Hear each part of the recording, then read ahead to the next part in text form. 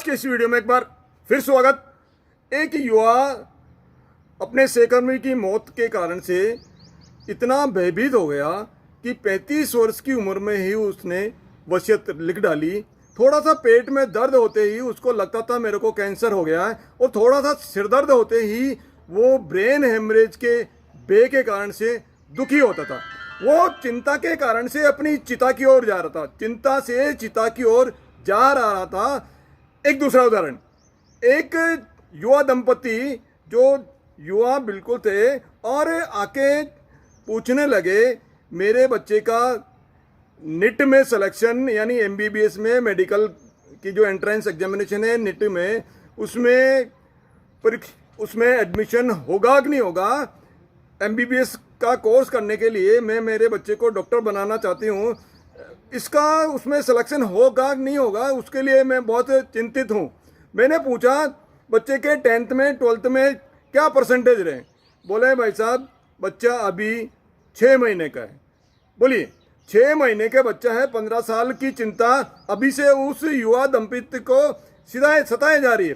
चिंता मत कीजिए, इतनी चिंता मत कीजिए, आप प्लानिंग कीजिए। ऐसा है दूर तक दूरदर्शिता रखना अच्छी बात है, लेकिन इतना बहुत लंबे समय के बीच में आप भयभीत हो रहे हो, चिंता से भयभीत हो रहे हो और चिंता को चिता की ओर अपने आप को चिता की ओर धकेल रहे हो, तो ये अच्छी बात नहीं है। एक युवा दंपति हमेशा जिंदगी के अंदर कमियां ढूंढते थे। बोले हम बहुत दुखी है, हम बहुत दुखी है। ये करते करते उन्होंने मालूम पड़ा कि पास के कस्बे में कोई महात्मा आए हुए हैं और वो उनके पास यदि जाओगे तो आपको पूरी खुशियाँ मिल पाएगी। तो वो महात्मा के पास में गए। महात्मा के पास में उन्होंने अपनी सारी समस्याएं बताई। महात्मा ने कहा बोले ठीक है, इसका तो निराकरण मेरे पास है।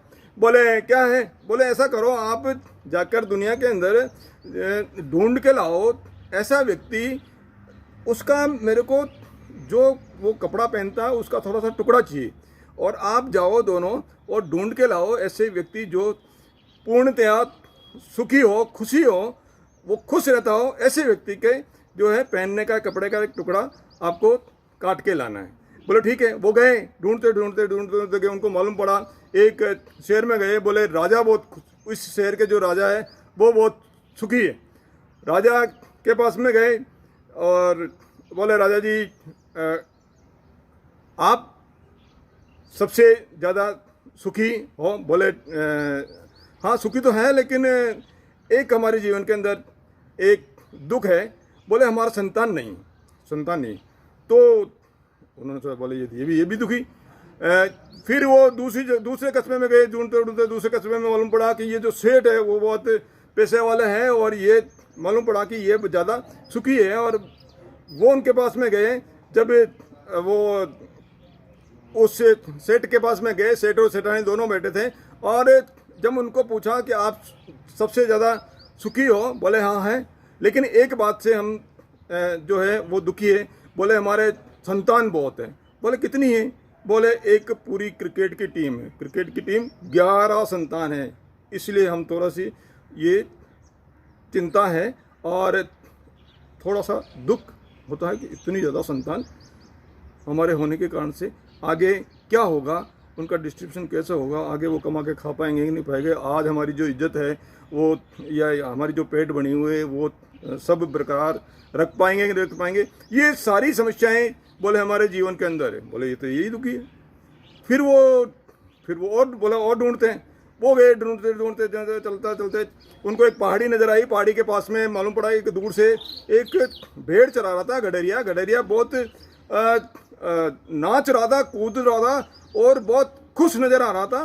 बोले वो लग रहा है बहुत ज़्यादा सुखी आदमी वही दिखता है। वो गए उनके पास में बोले भैया आप लग रहा है संसार में सबसे ज़्यादा सुखी हो। बोले हाँ बिल्कुल मैं बहुत पूरा सुखी हूँ, मेरे कोई किसी बात की कोई कमी नहीं। और देखो मैं आपके सामने मैं नाच रहा हूँ ना, मैं बहुत खुश हूँ। बोले आपका घर कहाँ है? बोले घर वो मेरा तंबू ये मेरा घर है, कोई दिक्कत नहीं। बोले बारिश आती तब बारिश आती है तो भेड़ों के साथ में मैं जब भेड़ें खड़ी होती है उसके नीचे में लेट जाता हूँ और अच्छा तो बोले फिर भी सुखी हो? हाँ बिल्कुल। बोले 100% बिल्कुल सुखी हूँ। बोले तो ठीक है। बोले उन्होंने सोचा भी ये मिल गया अपने को एक ये जिसको पूरी तरह से खुशी महसूस होती है। बोले आप अपने टी शर्ट का थोड़ा सा कोना काट के मेरे हमको देना पड़ेगा। बोले वो गडरिया बोले मेरे पास तो एक ही तो टी शर्ट है और उसी को मैं कोना काट के आपको काट के दे दूंगा तो फिर मैं क्या पहनूंगा। तो फिर उन्होंने सोचा बोले ये तो इसके भी ज़िंदगी के अंदर कमी है। तो फिर वो वापस उनके बात समझ में आएगी और वापस महात्मा के पास जाके अपने जो है अनुभव उन्होंने बताए। तो महात्मा जी ने कहा बोले आपको मैं प्रैक्टिकल अनुभव करवाने के लिए मैंने आपको भेजा है। बोले संसार के अंदर ऐसा कोई भी व्यक्ति नहीं है जिसको पूरा 100% सुख प्राप्त हो, 100% खुश रहने वाले व्यक्ति कोई नहीं है। आप जिस क्षण में हो, वर्तमान में हो, उस समय जो आप खुशी आप प्राप्त कर सकते हो तो आप खुश हो। खुशी होना वो आपके ऊपर है। आपको अथाह पैसा अथाह धन संपत्ति होने के बाद भी आपको खुशी नहीं मिलेगी। और गडरिये को थोड़ी सी कुछ भी नहीं उनके पास में था लेकिन फिर भी वो खुश था। आनंद क्या है? आनंद है जिस क्षण आप 100% उसके अंदर इन्वॉल्वमेंट हो, आपका 100% उसके अंदर आप लगे हो और दूसरे किसी की चिंता नहीं कर रहे हो, तो उस समय जो क्षण आप ले रहे हो वो आनंदमय क्षण है। तो बीते हुए कल से सीखो, आने वाले कल की प्लानिंग करो और वर्तमान के अंदर जो भी क्षण है उसका पूरी तरह से आनंद उठाइए। खुशी क्या है? खुशी कोई बाहर से खरीदी जाने वाली चीज़ नहीं, खुशी अंदर से उत्पन्न होती है, आपके अंदर से उत्पन्न होती है। और खुशी उत्पन्न कौन करेगा? कोई दूसरा करने वाला कोई नहीं है। आप खुशी आप खुद अंदर से उत्पन्न कर सकते हो। दवा के रूप में कोई खुशी नहीं मिलेगी, दवा के रूप में कोई खुशी नहीं मिलेगी। खुशी को ताला लगा के रखा नहीं जा सकता। किसी समस्या को आप बताकर खुशी खरीद नहीं सकते हो। तो ये खुशी पूरी या आधी नहीं होती, खुशी खुशी होती है। खुशी कोई पूरी हो या आधी हो ऐसा नहीं है, खुशी खुशी होती है। खुशी को आप हर पल हर क्षण जिंदगी के हर पल आप खुश रह सकते हो, बशर्ते शर्त क्या है? शर्त यह है कि आप खुश रहना चाहते हो। आप खुश रहना चाहते हो तो जिंदगी के अंदर का चाहे कितनी भी समस्या है उस क्षण भी आप खुश रह सकते हो। खुश और दुखी ये दोनों एक साथ नहीं रह सकते। यदि आपको दुख को भगाना हो तो आपको अंदर से खुशी आपको निकालनी पड़ेगी, अंदर से आपको खुशी उत्पन्न पड़ेगी। आप